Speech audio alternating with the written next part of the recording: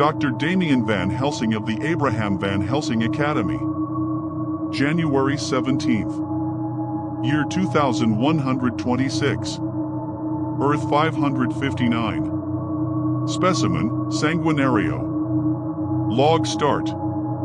In the last few days, I have seen many life forms that are extremely curious, to put it one way, on Earth 559, or more specifically, in what were once the United States of America prior to the Great War, the Great Nuclear War of about 50 years ago, giant cockroaches, two-headed cows, beings resembling rational zombies. Well, almost always rational, but this is the very definition of an evolutionary nightmare in a radioactive wasteland. It is not a creature with superpowers or great intelligence, but it doesn't need to be the most efficient and terrifying predator to have walked, since the dinosaurs, upon the face of this dying earth. The Sanguinario, or Deathclaw for those who prefer the rigor of its primordial name, is not an exaggerated title, it is a warning of immediate death. Commonly, in my logs I first describe my subject of study and then provide extra information collected on the earth in question about said subject, but this time I will make an exception because, students of the Abraham van Helsing Academy, I need you to understand, above all, its genetic blueprint. Its origin. Here is where the science of Earth 559 turns dark. We are not looking at a natural mutation resulting from radioactive chance. The Sanguinario is a biological chimera, a weapon of war originally designed by the United States Army before the Great War. I repeat, before the Great War, for the search and hunting of enemy targets. For this reason, the Sanguinario is so different from the contemporary native fauna in North America. It is not chance, it is human planning. Its genetic base, enhanced by the forced evolutionary virus, its name saves me the explanation, is the Jackson's chameleon, but it has been manipulated with genetic material from multiple species to eliminate its weak points and enhance its strengths. I repeat, before the Great War, for the search and hunting of enemy targets. For this reason, the Sanguinario is so different from the contemporary native fauna in North America. It is not chance, it is human planning. Its genetic base, enhanced by the forced evolutionary virus, its name saves me the explanation, is the Jackson's chameleon, but it has been manipulated with genetic material from multiple species to eliminate its weak points and enhance its strengths. I repeat, it was created before the Great War by the locals. It is not an animal, nor even a beast, it is a bioorganic weapon. This cocktail of predators resulted in a bipedal reptile with multiple highly piercing fangs, although, if it so desires, it can easily run as a quadruped, since the bipedal nature was only chosen in the laboratories for better range and perimeter observation, with extremely tough skin and a muscular build that defies the laws of conventional biology. Physically, it is imposing. It measures approximately between 2.5 and 3 meters in height and weighs between 400 to 600 kilograms, although I do not rule out the possibility of larger specimens.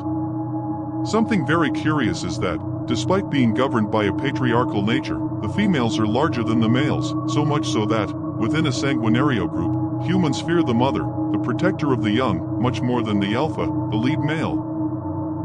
Its body, where the dorsal spikes stand out, is covered in a scaly and highly resistant skin, capable of deflecting low-caliber projectiles or strikes from bladed weapons delivered through the strength of an ordinary human adult. Not to mention its almost absolute immunity to radiation. And I am not talking about standard radiation that found in a nuclear site from the 2000s, but one where not wearing a proper radiation suit and mask at all times is paid for with one's life within seconds of underestimation. Although, from what has been analyzed, the wasteland in 1 or 2 centuries, under the right conditions, will once again be minimally habitable and, with the settlers locked in underground vaults, those that haven't collapsed, human repopulation will become a possibility, not a certainty. The Sanguinarios, all of dark brown pigmentation, possess, as in their main genetic blueprint, the Jackson's chameleon, prominent horns, forward-facing in males and backward-facing in females, which grow from the upper skull and curve, giving it an almost demonic appearance. But its most distinctive feature, and the one that gives it its military name, are its hands, 3-fingered claws, long as daggers and sharp as obsidian scalpels, capable of opening heavy combat armor as if it were a tin can. Unfortunately, I do not possess information regarding their longevity, neither of growth nor of death, but since verified specimens from prior to the Great War still exist, the famed legendary sanguinarios, it is a reality that their species can exceed 50 years without the slightest decline in their physical capabilities.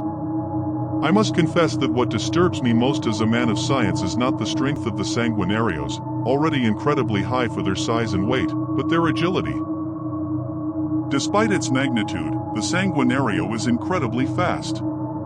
It can close the distance with prey in a matter of seconds, using its powerful hind legs to perform leaps and lunges, perfect for the forward-facing horns of the male sanguinarios, which leave no room for reaction. Although the lack of mimicry, standard in Jackson's chameleons, comforts me a little. They enjoy senses of smell, sight, and hearing so acute that the concept of stealth is practically useless against them, although these advantages can also materialize their greatest weaknesses, such as loud noises or blinding lights. If a sanguinario smells you, it has already marked you as its next meal. And the only option to avoid this fate is to kill it, because purely and simply it never gives up. It is the perfect hunting hound. Speaking of their behavior, they are pack beings, to the point of having their own languages based on grunts and, in the smartest specimens, body gestures, and territorial to the core. They usually inhabit nests, dark caves, or ruined buildings, sites far from the noisy human population and perfect for protecting their young. 5 kilograms eggs are light brown-skinned newborns, lacking horns, dorsal spikes, or fangs, but not their distinctive claws, all fruits of reproduction between the strongest females and the alpha of the pack, and not the weak sanguinarios, with a group ferocity, not exclusive to the parents, that can only be described as maternally psychotic. First important note, in a desolate world, every ingredient for the art of medicine is worth more than the largest diamond, and the eggs of a sanguinario, thanks to their nutrients, represent just that, which justifies the eagerness of humans to invade their territories even when it is almost a suicide mission. They do not hunt exclusively out of hunger, they seem to enjoy physical dominance. I have observed that, unlike other predators that bite and hold in the nuclear wasteland of Earth 559, the sanguinario prefers dismemberment. It uses, as I have already noted, its speed to flank the victim, delivering lateral strikes before dealing the final blow. In short, they are bloodthirsty, cruel, ruthless, and sadistic killers in all their animal splendor, since, fortunately, their psyches are limited to the strategic thoughts of an apex predator. That is to say, they are smart, there is no doubt about it, whether in individual or group crusades, but an average human, with a clear and calm mind, can deceive a sanguinario to evade it temporarily or to kill it. Second important note, if you try, always shoot the legs first to immobilize them. Without them they are just statues with extremely sharp blades, and then their belly, the least armored part of their entire body, the classic weak point of reptiles. They are not invincible, despite their demonic appearances, but they must never be underestimated. Never. Since although radiation affects them almost not at all, that almost, if it does not produce a prejudicial effect, can mean greater intelligence or greater aggressiveness, among other things.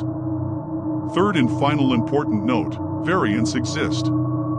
I have received reports from other researchers of the Abraham van Helsing Academy, some tragically fatal, of alpha specimens. Not the alpha leader of a pack, but beings genetically larger and, for some unknown reason, darker, those dubbed by me Black Deathclaw, and even rumors of sanguinarios that have mutated enormously due to radiation, developing luminescent skin or even greater resistance. Some ancient records, found in the abandoned laboratories of the United States military and where they are classified as Project Deathclaw. Hence the name my colleagues try to instill in the survivors of the Great War over the erroneous designation sanguinario suggests that there were even attempts to increase their intelligence for the fulfillment of complex military missions, which, without exaggeration, is an idea that keeps me awake on Earth 559, but, according to the records themselves from half a century ago, they were never successfully realized.